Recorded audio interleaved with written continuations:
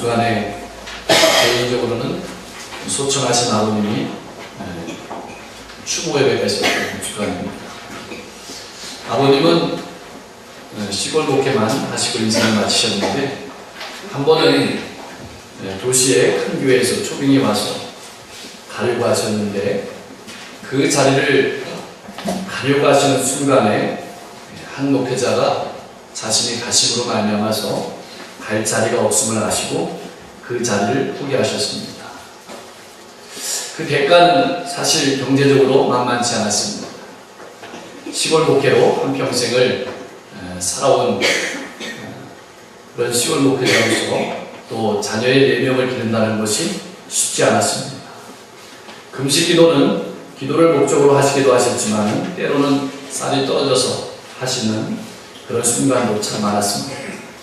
사회를 받으면 헌금을 한다분금을 떼어 놓으시면 남는 것이 하나도 없이 힘들게 살았습니다. 자식들 눈에는 내색하지 않으셨지만 이미 자녀들은 모두 눈치를 챘습니다. 고등학교를 다니는 순간까지 저에게 아버님께서 신학교를 가라고 그런 말씀을 안 하셨습니다. 다른 목회자를 본 친구들 얘기를 들어보니까 부모님이 신학교를 가라고 많이 말씀하셨다고 하는데 웬일인지 무슨 연유인지 아버님은 저에게 신학교를 가라고 그런 말씀을 자주도 아니고 가끔도 아니고 전혀 하지 않으셨습니다. 아마 너무 어려운 목회를 자식에게 권면하기가 쉽지 않았을 것입니다.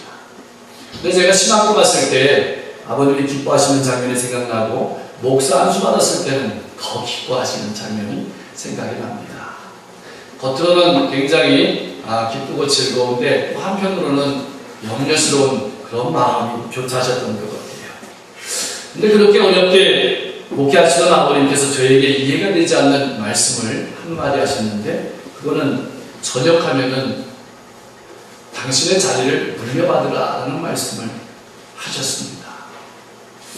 저는 절대로 물려받지 않겠다고 그렇게 말씀을 드렸지만 그때 아버님께서 하시는 그 목소리는 좀 선이 굵은 목소리셨습니다. 지금도 그 말씀이 생각이 납니다. 어느 부모가 자녀한테 눈에 어려움이 보이는데 그 길을 힘차게 걸어가라고 고난의 길을 걸어가라고 그렇게 말할 수 있는 부모가 어디 있을까요? 그런 부모가 있을까요? 본문에 그러한 사람이 있습니다. 바울 사도가 바로 그러한 사람이었습니다. 좋은 자리, 좋은 직업, 좋은 명예를 물려주고 싶어하는 것이 부모의 인지상정입니다. 무엇이라도 하나 더 물려주고 싶은 심정 속에는 적어도 자식만큼은 나처럼 고생하지 않고 잘 살기를 바라는 부모의 간절한 마음이 있습니다. 나는 죽도록 고생을 해도 자녀만큼은 어려움 없이 이 세상의 험한 길을 헤쳐나가기를 바라는 것이 부모들의 마음일 것입니다. 그런데 왜 바울 사도는 그렇게 말을 했을까요?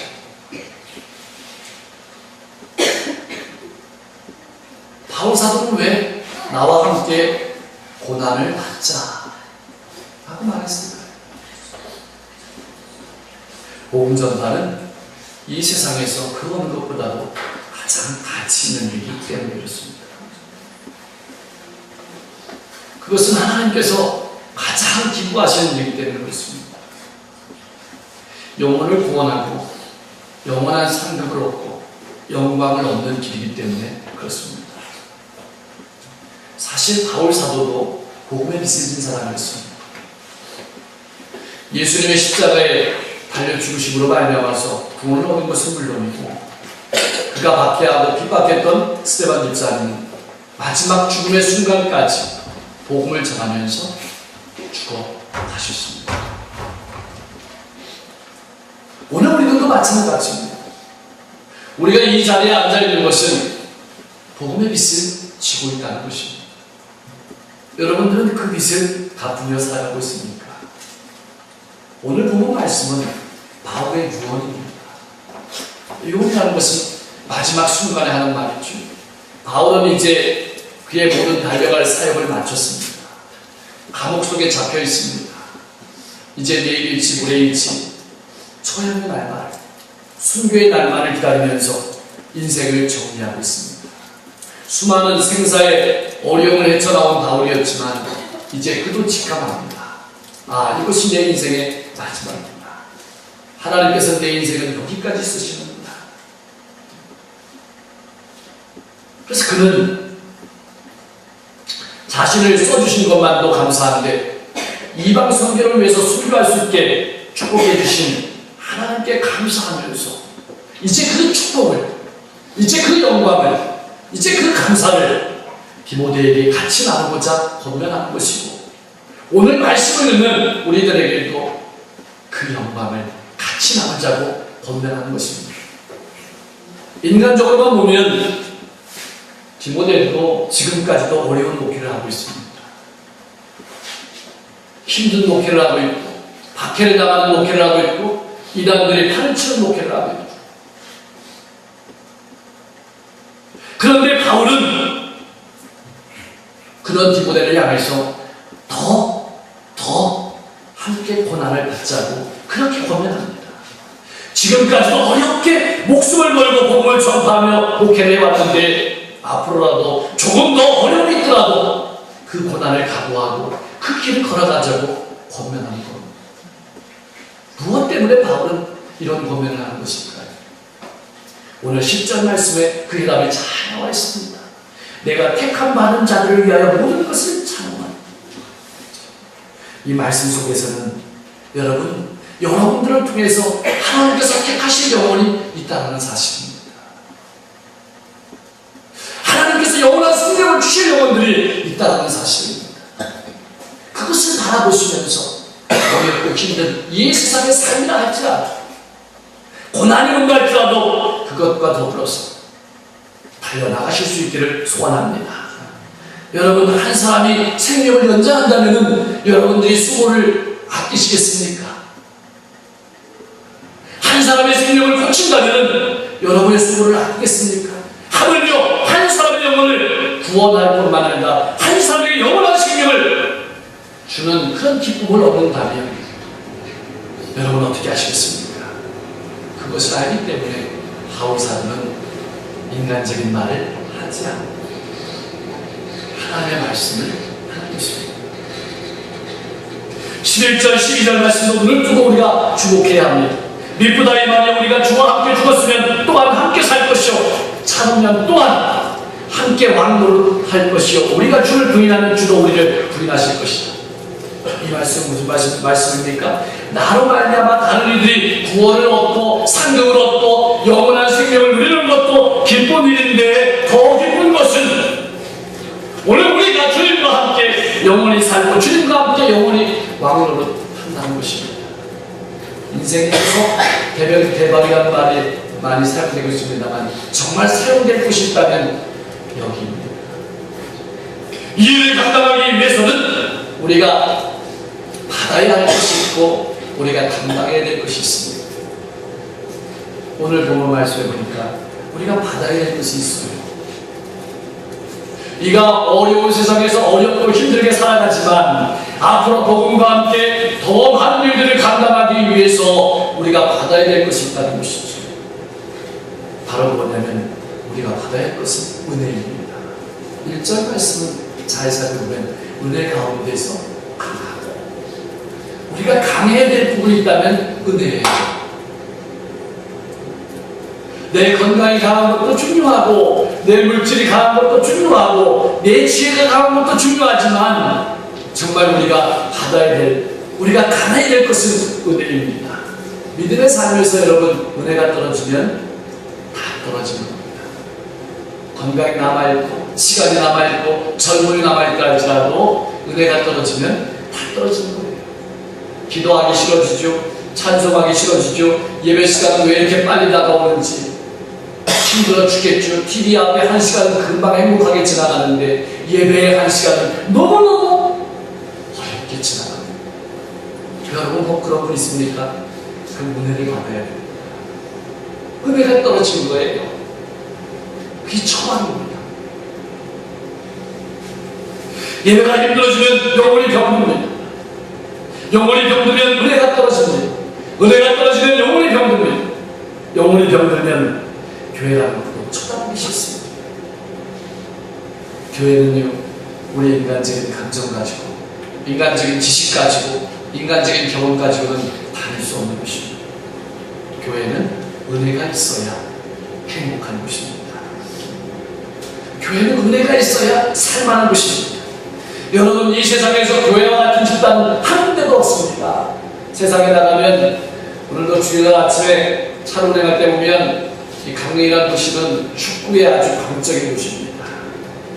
비가 오고 눈이 와도 축구는 하루 나오는 걸 보면 강릉에서 제일 무서운 신은 제가 볼 때 축구의 신이다. 다리를 삐고 다쳐도 나가더라고요. 직장보다 무서운 것이 축구다라는 생각을 합니다. 여러분 어떻게 생각하시는지 모르겠습니다. 지금도 운동장마다 비어있는 데가 없습니다. 여러분, 세상의 삶이 자기가 좋아하는 사람들끼리 모입니다. 자기가 사랑하는 사람들끼리 모입니다. 그런데 같은 마을에 살아도 나이가 비슷해도 보기 싫은 사람이 있죠. 얘기 안 하는 사람이 있죠. 이게 사람입니다. 그런데 여러분, 교회라는 집단 한번 보세요. 90대부터 시작해가지고 10대까지 다 있습니다. 피부색도 다릅니다. 살아온 환경도 다릅니다. 배운 것도 다릅니다. 가지고 있는 재산도 틀립니다. 그런데 어울려 있습니다. 이 기적입니다. 기적입니다. 이게 어떻게 가능한 일입니까? 이것은 내 힘으로 가능한 일이 아닙니다. 인간의 머리로 가능한 일이 아닙니다. 은혜가 있기 때문에 가능한 것이죠. 주님께서 은혜를 부어주시기 때문에 우리의 신앙생활은 가능하고 우리의 신앙생활은 빛남을 아실 수 있기를 바랍니다. 그러므로 사랑하는 성도 여러분, 날마다 은혜 가운데 거하십시오. 은혜를 사모하십시오. 예배를 사모하십시오. 십자가 앞에 나오십시오. 보혈의 분을 의지하십시오. 주님을 알아가려고 몸부림하십시오. 그러면 성령께서 문을 열어주십니다. 마음을 열어주십니다. 손과 발을 열어주십니다. 내 주머니를 열어주십니다. 내 인격도 열어주십니다. 내 인생도 열어주십니다. 주님이 어떤 분인지 알아가게 되죠. 알아가니까 나누는 게 있게 되죠. 나누는 게 뭡니까? 섬김이죠. 봉사죠. 충성이죠. 은혜가 떨어지면 나눌 게 없어요. 충성이 안 되죠. 왜 나만 시키냐? 왜 힘든데? 이렇게 많이 나오게 되는 거죠. 뿐만 아닙니다. 하나님께서는 우리가 신앙생활 여정 가운데 실족할까봐 우리들을 위해서 믿음의 교훈을 허락하시는 거예요. 엘리야가 갈멜산에서 승리하고 그 다음날 이사벨로부터 너도 죽임을 당할 것이다라는 통보를 받았을 때 두려워서 도망했습니다. 혼자인 줄 알았습니다. 외로운 줄 알았습니다. 이 세상에 예수 믿는 사람은, 이 세상에 예수 믿는 것 때문에 어려움 당하는 사람은 나 혼자인 줄 알았습니다. 그런데 하나님께서는 너만 아니라 이스라엘에 바르게 꿀 끓지 아니하는 하나님의 사람을 7,000명이나 남겨주셨다고 합니다. 이건 어렵지만 함께한 믿음의 성도가, 믿음의 교우가 있다는 사실을 기억하시기 바랍니다. 디모데를 위해서도 하나님께서는 믿음의 이것들을 준비해 주셨습니다. 우리가 믿음의 삶에서 바라봐야 될 것이 바로 이것들입니다. 하나님의 은혜와 사랑이 있죠. 주님의 성품이 있죠. 그리고 우리와 함께 고난의 길을 갈 믿음의 동료들이 있다는 사실을 기억할 필요가 있습니다. 그러면 우리가 감당해야 될 것은 뭔가요? 이건 받아야 될 거고, 감당해야 될 것은 뭔가요?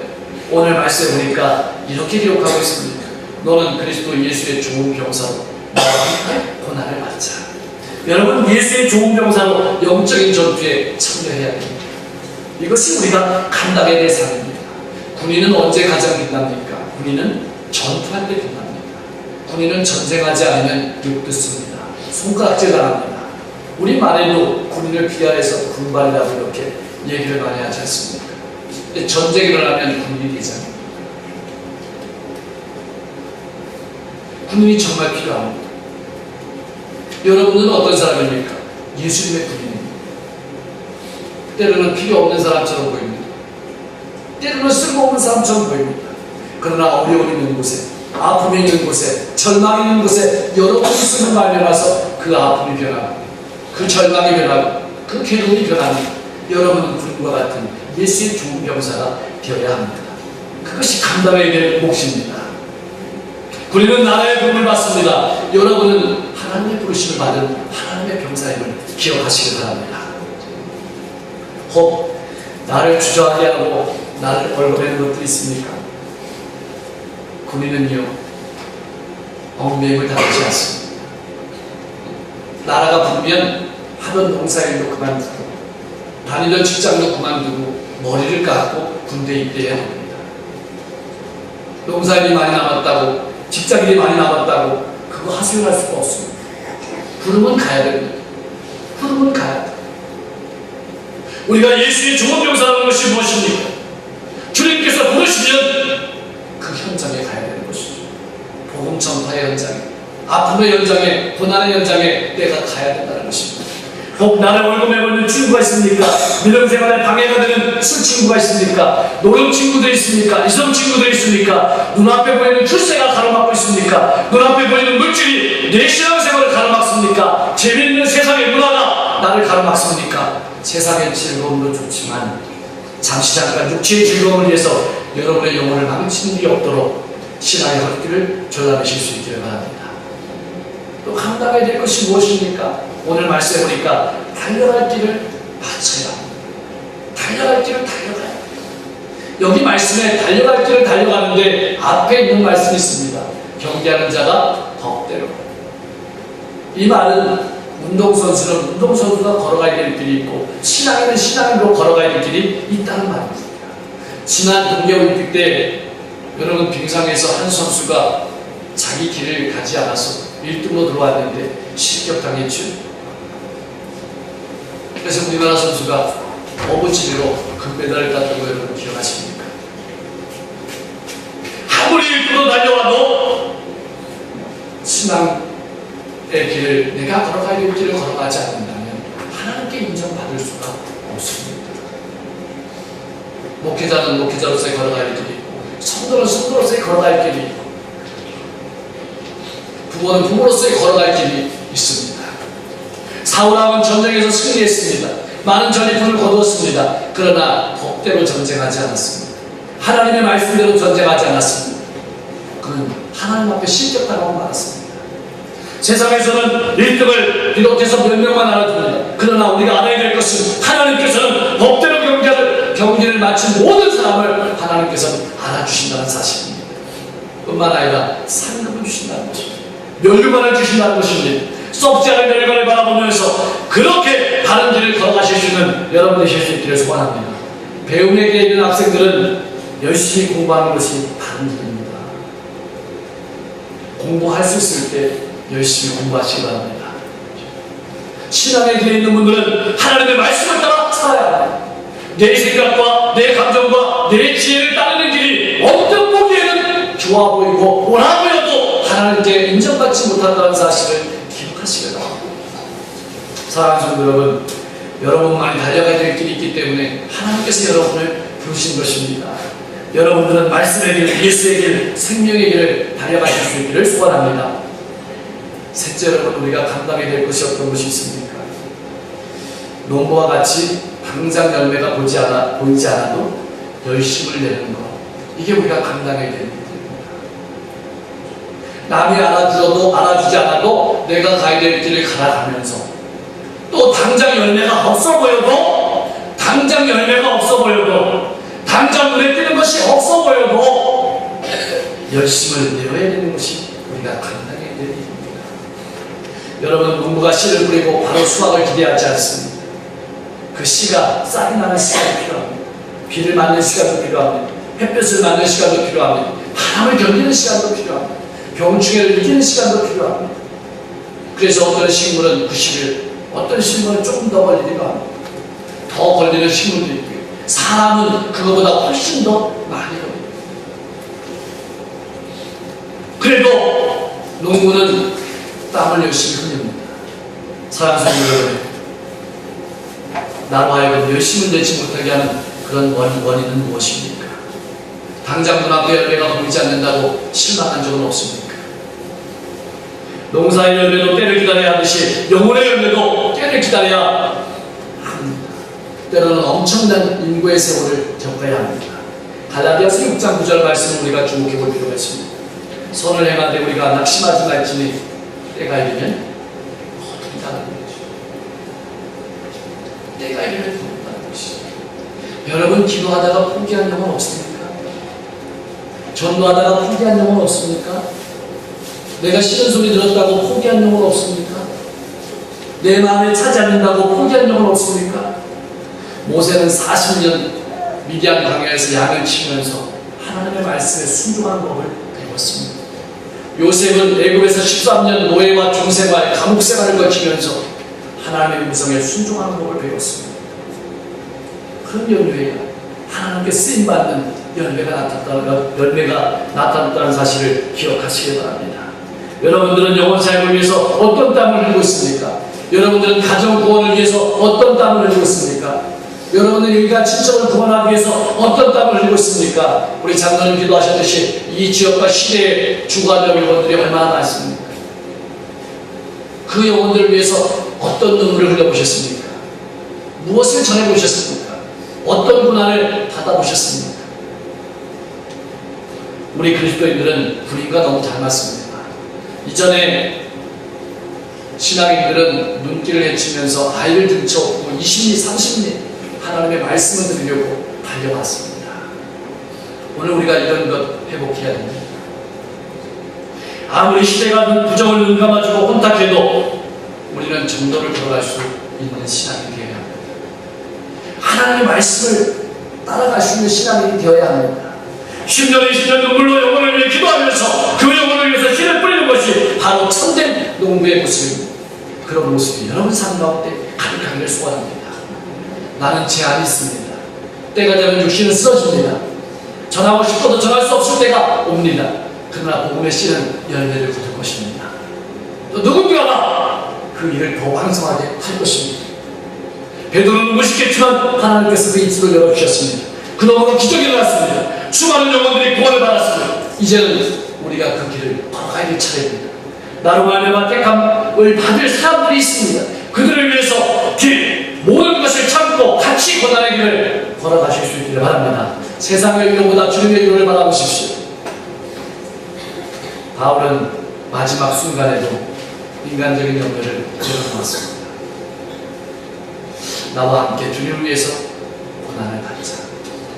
저도 자녀를 위해서, 우리 선친은 저를 위해서 인간적인 말씀하셨지만 저는 우리 성도들을 위해서, 또 우리 가까운 데 있는 사람을 위해서 인간적인 말보다 이 말을 하고 싶습니다. 어렵고 힘들지만 주님과 함께, 복음과 함께 고난을 받자. 그 길이 생명의 길, 그것이 영광의 길이다. 그것이 축복의 길이다. 마지막 임종의 순간이 온다면 여러분 자녀들에게 하실 말씀을 준비하면서 하십니까? 그 준비해 오셨나요?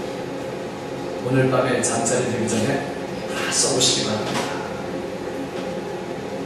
여러분들이 오늘 드리는 이 예배가 여러분 생애의 마지막 예배라면 지금 여러분은 어떻게 예배를 드시겠습니까?